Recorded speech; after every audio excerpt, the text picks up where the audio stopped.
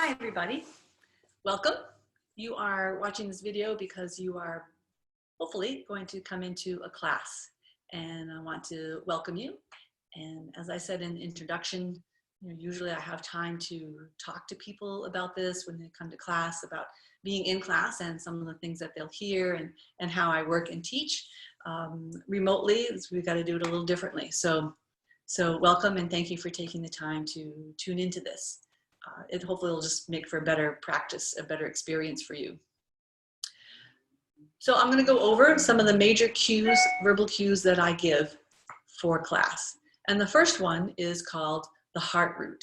And I learned it from an Anusara yoga teacher. And I loved it so much, I brought it right back to the class, and people really like it as to how it helps you set up for each pose. And I think it gives you a better yoga practice, and it helps you to understand your body and waken up to certain parts of it. So let's go through the heart root as to how I teach it. So normally, if you were to come into class and you were doing a beginner class, we would take time to do this.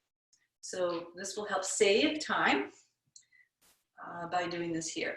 So we bring the hips width or a little bit wider, and we're going to bend the knees and bring the hands to just above the knees. We're going to clasp the hands, we're going to lock the arms, we're going to let the belly relax and the shoulders relax and the head relax.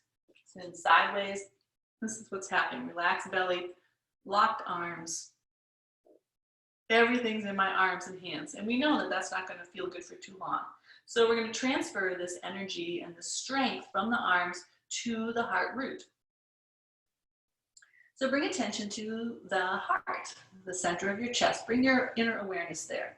And then just below the heart is the upper abdominal muscles. So start to feel those upper abdominal muscles start to knit together or draw towards one another. Nice and slow. Do it slow motion so that you can feel it a little better. And as you draw in those upper abdominal muscles, then draw in the low belly muscles. So we're zipping up now from the pubic bone to the navel. And those abdominal muscles, those lower ones, just like those tight pair of jeans that maybe you've had that experience of trying to put on. All right, so we have the upper belly, and then we have the low belly that we zip up. And through that zipping up, you might feel this little shift, a little downward shift in your tailbone. And that begins to engage the pelvic floor muscles. So again, those pelvic floor muscles are drawing in the lower pelvis, and they're drawing up into your abdomen. So we're creating a nice little energy support here, muscular energy support here in the upper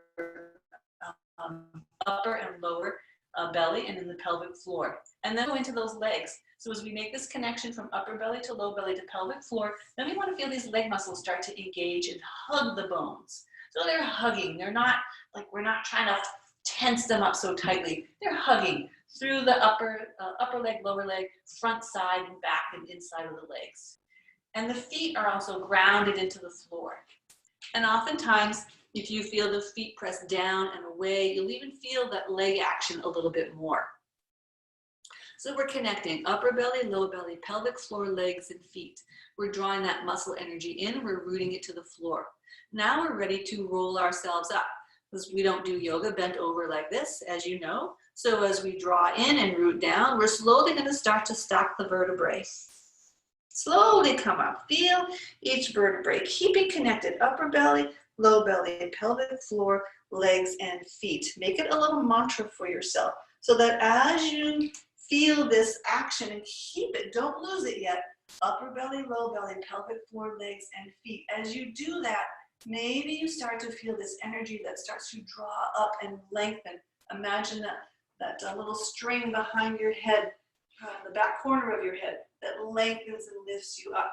So there's this combining this effort, these two opposing energies, drawing muscle energy in, rooting it down, and then the rebounding energy that lengthens up through and expands out. And then if we let that go, so it's a lot of work on that heart root. But what it does is if I come back here, I'm closer to you, and I hang out in my, what I call my bored teenager stance. And I engage the upper belly muscles. I start to pull those in and I start to zip it up. My tailbone drops and I engage and hug the muscles of my legs. And I feel my feet press down and away and I start to lengthen up through. Now, let's see, let me come back over here, that you can see that the shoulders over the hips, hips over knees, knees over ankles are nice and grounded and rooted. And I'm lifting, you're not able to see, but I'm lifting up through the back corner of my head as well. So this is drawing in, rooting down, allowing energy to move up, and then expand outward. It's a nice cycle to feel. And it's very subtle, but you can begin to feel that sense of drawing in, rooting down, and the connection that floats back up for us and expands out. And we'll apply this in practically everything that we do. It sets your body up with your alignment, what your body will allow you to do. And it lets you find what your range is. So some people have a real minimal range. Well, you know, I can heart root and then whatever, I don't have a lot of twisting here, or there's not a lot of movement in my shoulder or arms, then you honor that, okay? And so your heart root tells you where you can go with the pose and practice safely. So that's heart root, very good. We use that for everything. The other one is root and rise, which is just like a shortcut of heart root. So root and rise, whatever is on the floor, whether it's your hands, whether it's your butt, whether it's your head, whether it's your back, whether it's the back of your head, whatever it is that's on the floor is rooting down. And whatever is furthest away. So even if you're kind of close, most of your body is on the floor, but if your head is still furthest away, you want to be able to lift and lengthen through the head. Or if your arms are overhead, then we're lifting and reaching out through those fingertips. So there's a little switch up in that, you know, depending on what is rooting, what's closest to the floor, what's furthest away. But when we do that, it's a nice little shortcut, because as you learn heart root, then root and rise is just, it's upper belly, low belly, pelvic floor, legs and feet, and lengthening upwards. Okay, so root and rise means the same thing typically as heart root. It's just like I said, a shortcut. Sometimes you can lose things. You can lose parts of heart root, but in the shortcut phase, you know, it works. What else do we have? Good deep breath. I just kind of coined that, and I'll just tell everybody to take a good deep breath, and that's what it means. Or I might just say just a good breath. Take a good breath in and out, and that is that full deep breath. Full deep breath for you. What is deep? What is full? That's all individual. You don't want to overdo. Inner pose and outer pose. So through the practice, I help us to look at things from different facets, different perspectives. And so we can have this perspective of what is the inner pose, what is happening on the inside, what is happening physically on the inside, what is happening mentally and emotionally on the inside, what is happening with the breath on the inside, and then what is happening on the outside, what is that outer pose. And the outer pose is typically the culmination of the inner pose. So we really want to work on that inward practice and that inner practice and on the inner pose. And it shows and it shines out through the outer. Edges, noticing your edges, working with your edges. I will use this term.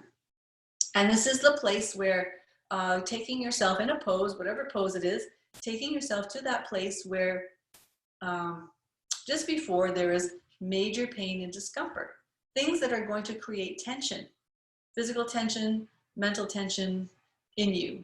You don't want to do that. That is not practicing yoga. So you want to slowly work your way. So as you go through a pose, it's not like about, boom, I'm in the pose, right? It's like, let's work, let's root and rise, let's come to a place, let's root and rise, and let's see if we can open up. And it's getting smaller and smaller and smaller, but I'm breathing and being and relaxing into that space and watching and observing. And you're with your edge. It's not about trying to force or push. Ah, let me keep going to push. Let me find that edge. I'm going to keep pushing through that edge. Not about pushing through the edge. It's working up to the edge and then breathing and relaxing into that edge.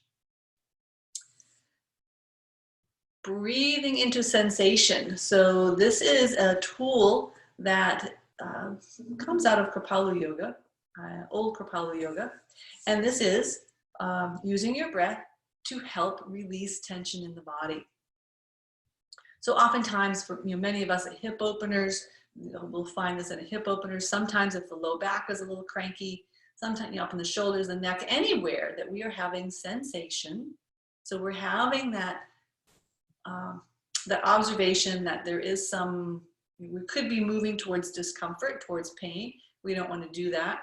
We want to, be aware of discomfort, and we want to breathe into that area of discomfort and then try to relax around it. Visualize, feel the breath. So I bring visualization into the practice as well, and breathe it into the area, wherever that is for you, and then try to exhale out that tension. That's all it is, and that just takes practice and getting used to, is she saying what I think she's saying? Am I doing it right? You'll know you're doing it right when you start to relax in those areas. And then we have the pause, breathe, and feel. So pausing, it's just that time to be, again, just to observe and feel what is going on right now in this moment, before you come into a pose, as you're in the pose, and then as you come out of the pose. So we appreciate and take those little pockets to be in them. Those are some of the major cues that I use in my class. They might be familiar to you, that's great. You might hear them in a different way. They might mean the same thing. So be open and enjoy the class. So thank you for tuning into this, and we'll see you on the mat. Peace to you. Namaste.